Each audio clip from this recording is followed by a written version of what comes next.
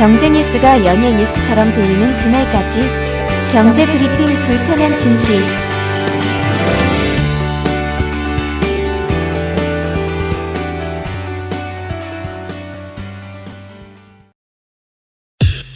EPD의 픽. 한미 동맹 효과 7년 만에 미국 환율 관찰 대상국에서 한국 제외. 이건 뉴데일리가 어제 보도했던 내용이고요. 한국, 미 환율 관찰 꼬리표 뗐다. 외환 정책 운용 여력 커질 것. 이건 서울경제가 보도했던 내용이고요. 7년 만에 미 환율 관찰 대상국 제외, 수출 회복에 날개 다나. 이건 디지털 타임즈가 보도했던 내용입니다. 어제 미국으로부터 날아든 소식에 이렇게 반기는 언론들이 있더라고요. 우리나라가 7년 만에 미국의 환율 관찰 대상국에서 제외되면서 외화 정책 운신의 폭도 넓어지고 수출도 늘어날 수 있다. 뭐 이런 거죠. 네. 특히 이는 윤석열 정부가 공을 들여온 한미 동맹의 효과다 라고 설명하기도 합니다. 그런데 이들의 주장처럼 환율 관찰 대상국 제외가 정말 반가운 소식일까요? 이거 왠지 미움보다 무서운 건 무관심이다. 이런 느낌이 드는데요.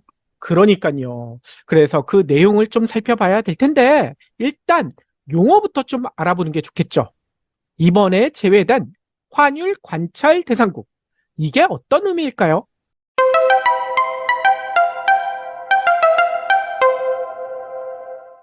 환율, 이 금융에서 가장 중요한 지표 중에 하나고 이걸 관찰한다.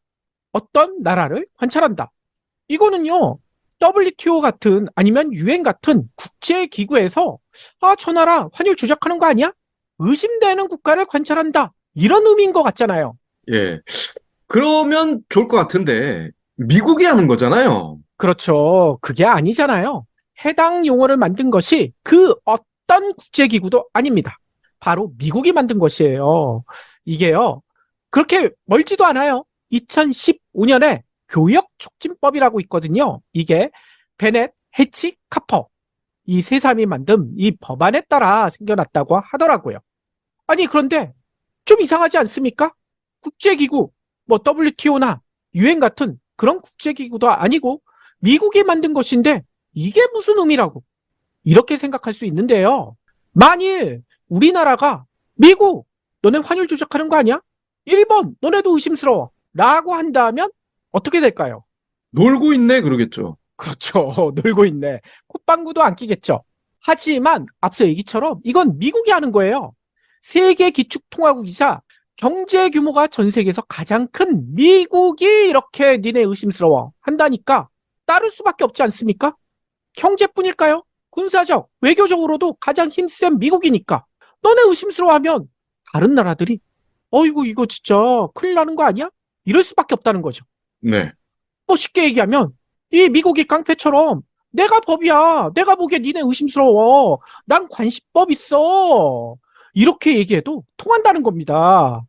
아니 그러면 미국은 이걸 가지고 도대체 어떻게 한다는 것일까?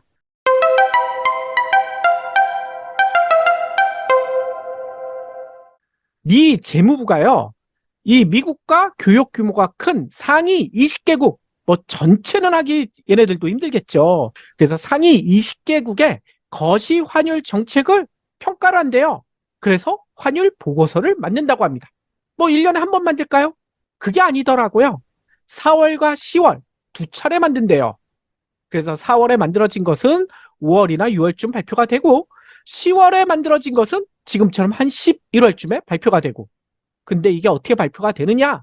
의회에 제출하는 형식으로 발표가 된다는 거죠.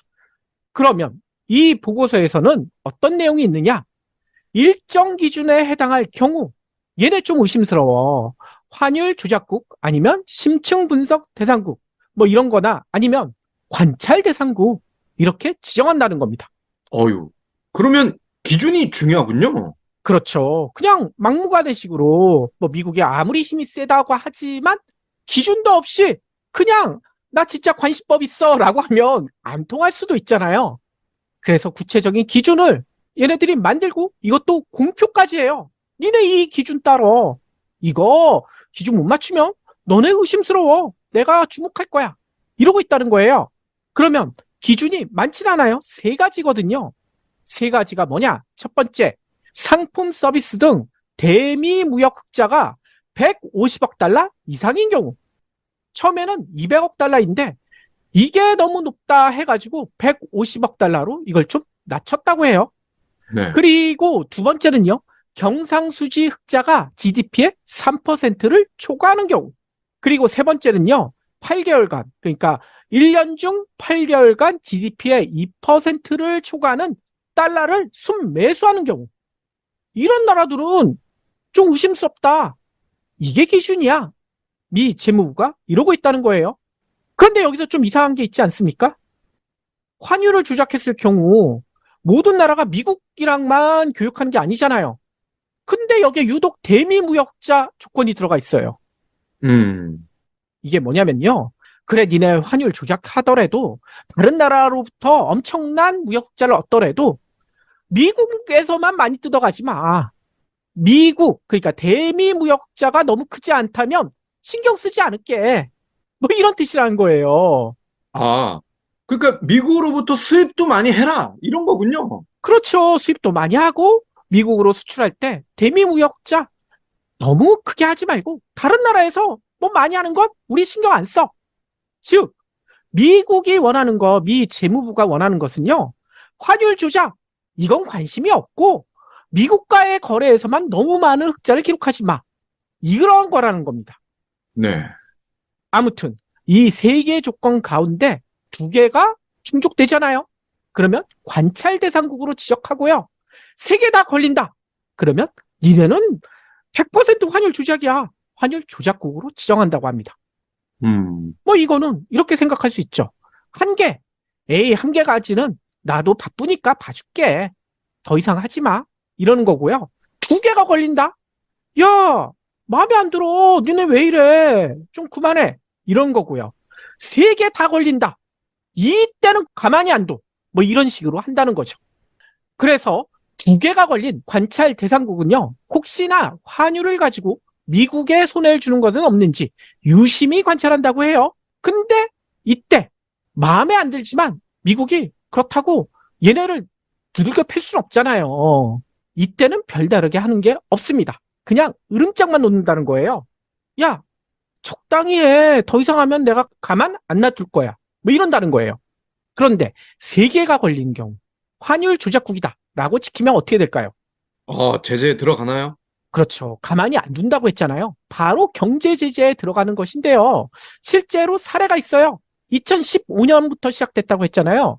근데 중국이 2019년에 환율 조작국으로 걸렸고요. 베트남과 스위스도 2022년에 환율 조작국으로 지정됐습니다. 물론 중국, 베트남, 스위스 이제 환율 조작국에서 다 벗어나긴 했어요. 근데 걸렸을 때 어떻게 됐느냐? 미국과의 교역에서 불이익을 받았죠.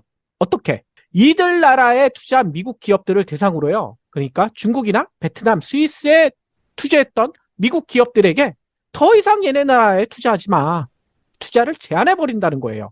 그리고 이들 나라 기업, 그러니까 중국 기업이나 베트남, 스위스 기업이 미국 내 조달 시장 있잖아요. 행정부나 주정부나 이런 데에서 물건을 쓸 때 이 조달 시장을 통해 가지고 구입을 하잖아요. 여기에 진입하는 것을 금지시켜버린다는 거예요.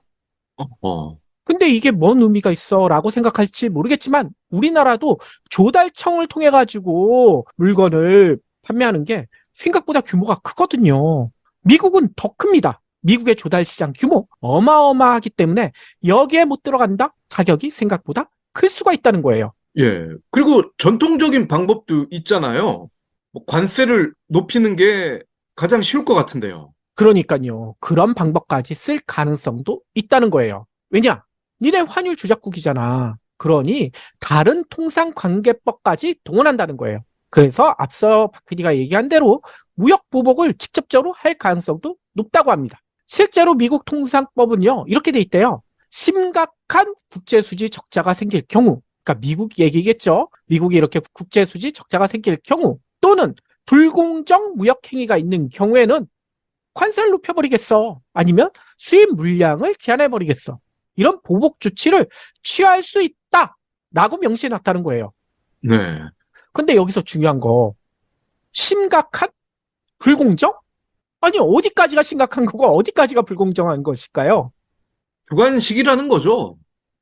그렇죠. 미국이 내가 보기에 기분 나쁘면 니네는 심각한 거야. 니네는 불공정한 거야. 이런다는 겁니다. 네. 자의적으로 판단한다는 거예요. 그런데 문제는요. 아무리 자의적이라고 해도 미국이 깡패라고 해도 미국이 가장 힘이 세다고 해도 그냥 무작정 때리면 또 눈총을 받잖아요. 다른 나라들이 뭐라고 할 수가 있죠. 그래서 앞서 얘기 드렸던 니네 환율 조작국이잖아. 그러니 니네 심각하게 불공정하게 미국에 손해를 입혔어.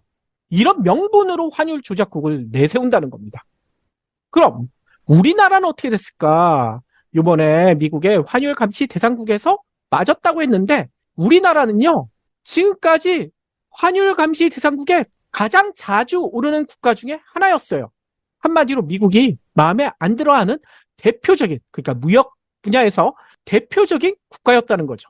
그런데 지난 7일에 발표했던 2023년 하반기, 이거 2번 발표한다고 했잖아요. 이 올해 두 번째 발표한 환율 보고서에서 한국을 환율 관찰 대상국에서 뺐다고 합니다. 이렇게 빠진 게요. 보니까요. 2016년 4월 이후 7년 만이래요. 7년 만. 어, 아니, 도대체 이유가 뭘까? 정말 일부 언론들의 주장처럼 윤석열 대통령이 바이든 자주 만났잖아요. 그래서 바이든을 잘 구워 삶았을까요? 아니면 뉴데일리 얘기처럼 한미 동맹이 이전 정부보다 훨씬 더 강화됐기 때문일까요?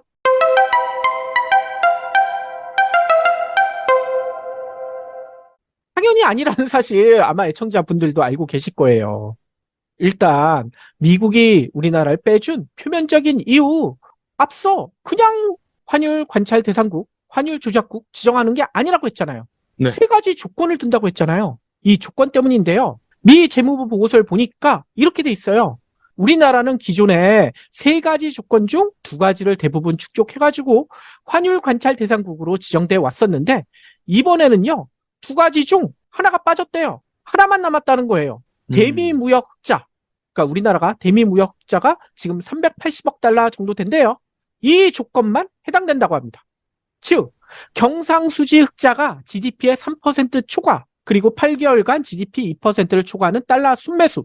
요게는 우리나라가 해당되지 않는다는 거예요. 어허. 그동안은 우리나라가 이 달러 순매수에서는 계속 빠져왔지만 경상수지 흑자가 GDP의 3%를 계속 초과해왔거든요. 그래서 앞서 대미 무역 흑자와 이것 때문에 줄곧 관찰 대상국이었는데 이제는 하나가 빠졌기 때문에 관찰 대상국에서도 제외됐다는 거예요.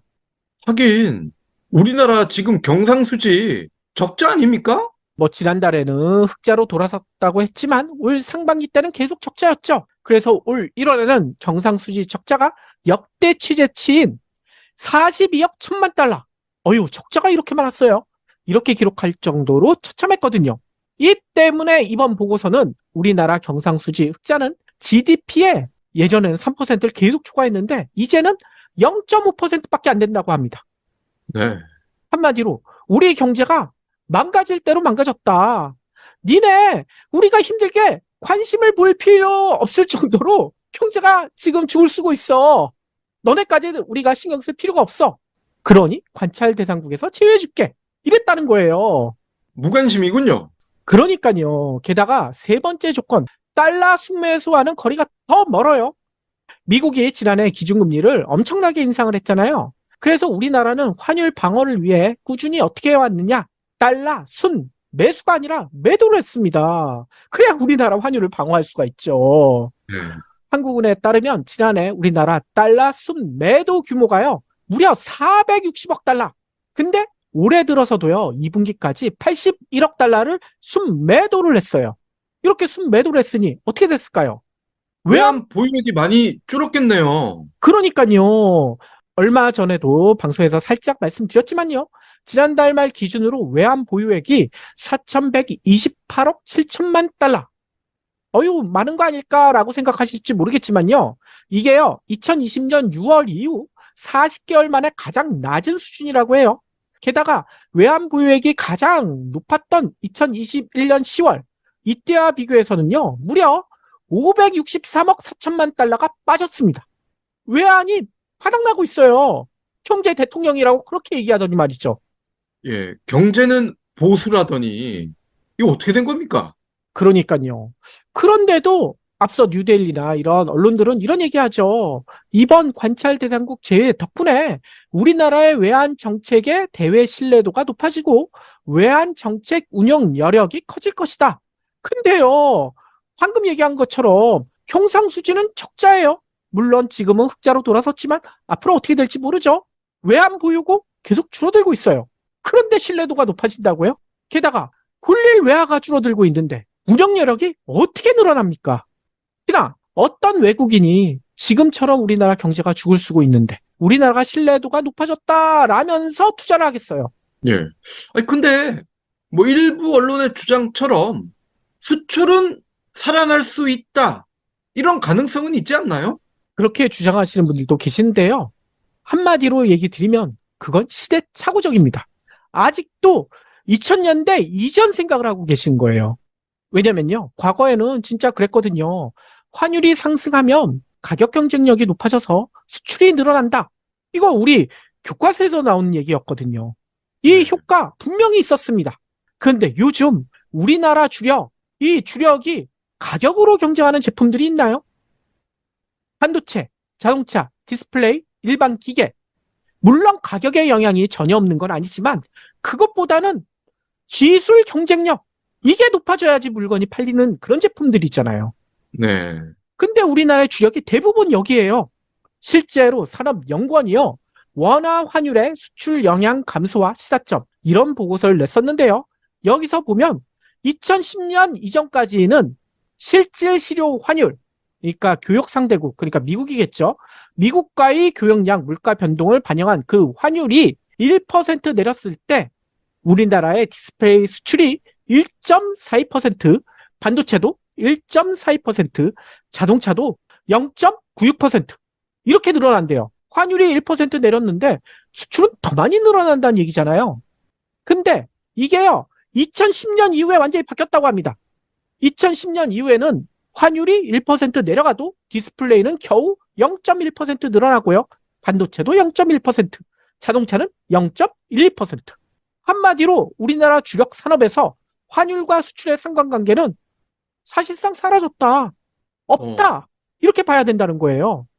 오히려 이번 관찰 대상국 제외에서 저희가 보기에는 우리의 약점, 취약점이 그대로 드러난 것 같아 걱정이에요. 왜냐? 전 세 번째 조건, 이 미국이 지정하는 그 조건 중에 세 번째 조건과 관련된 외환 보유고 있잖아요.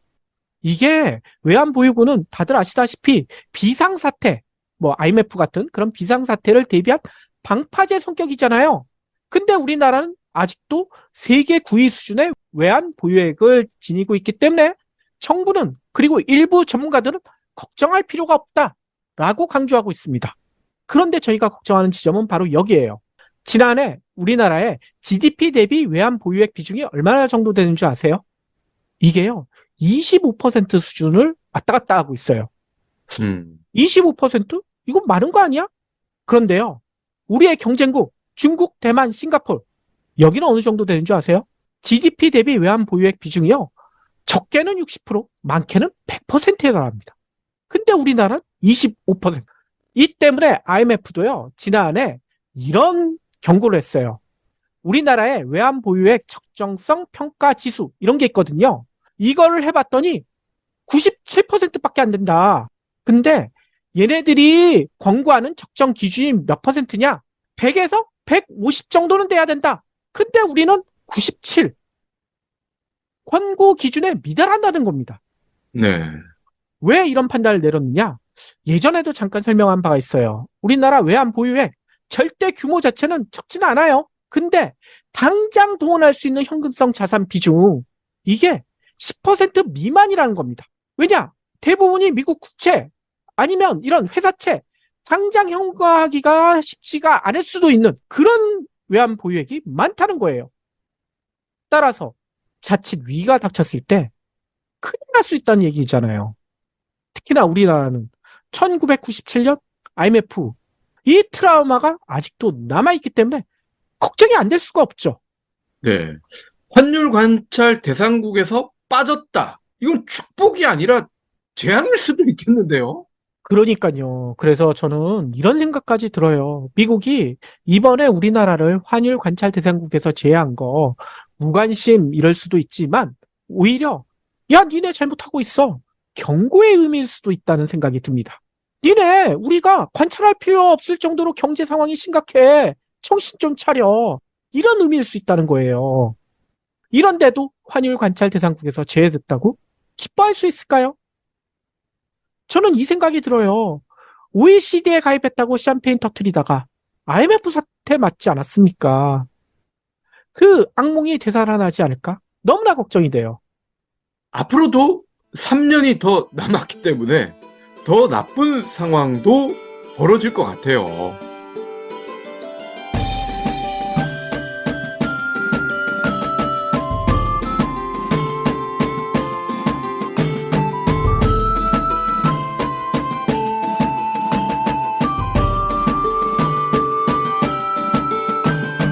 경불진 완주해 주셔서 감사합니다.